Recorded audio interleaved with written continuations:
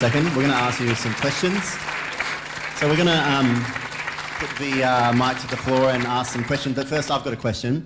When you were talking about, when titter came up before, my mum used to say, that was one of the first words that I learned, because my mum would say, oh, I'm going for my titters. And I was like, you know, who is that? And I was like 3 years old or something. Yeah. Why is it that some words get prominence, like blackfellow words get prominence on a national scale? For example, like on the weekend, someone said to me up north, oh, I'm going to Bajillawa. And I was like, I didn't say that up here. And he was a Torres Strait Islander. And I was like, how does he know Jillawa? And so, like, why do some of these words get national prominence? Yeah. I think because there are so many Indigenous languages, in a sense, Aboriginal English is just one language. And so that's why when I say it's become the lingua franca, it's become the common language for our people.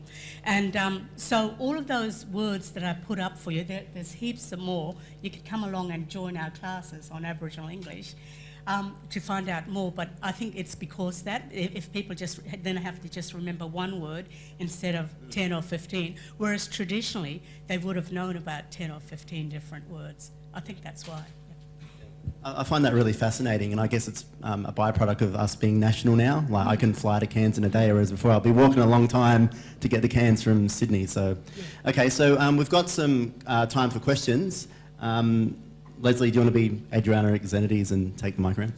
I'll take the microphone and I'll bring it round. We've got time for a couple of questions because we've got one more film to show, but I thought that while you're up here, Manya, that would be wonderful if you've got time. So does anyone have any questions that spring immediately to mind?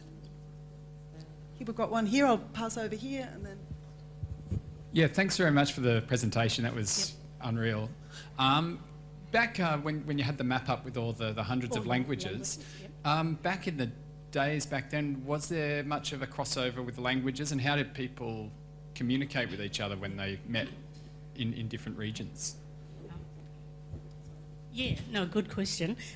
Traditionally, that you would have spoken up to at least 6 to 7 surrounding languages, which still happens today. You have some speakers who are that talented, but you wouldn't have, for instance, I'm on the West Coast, Bardi, wouldn't be able to understand Bunjalong on the East Coast because of the vast distance, given you might only speak 6 or 7. So it relied on other types of communication, such as message sticks, and art and symbols, and passing on messages in that way. There's also, even with songs and stories that are passed and all the song lines that cross Australia, you'd have not one person knowing the entirety of that song line, except maybe a special Maban person, clever man or clever woman, that would know it in its entirety. You'd have people knowing only certain segments of it as it passed through people's lands. So there was another question over here. I think we'll call that for the group questions, but if you have time to stay for refreshments at the end, you'll all have a chance to come up and ask questions at the end. But there was a question over here. Theo. Thank you. That was really, really interesting. One of the challenges we had, I think it was on the intranet, was to look up an Indigenous word for hello, and I think you gave some examples. So I started researching all the links that were put forward, and obviously noticing that there are, you know, more than 100 different ways. How do we choose, if you don't come from a particular country, a particular region, which word to choose? Can it be any word, or does it need to be where you are at the time you're using it?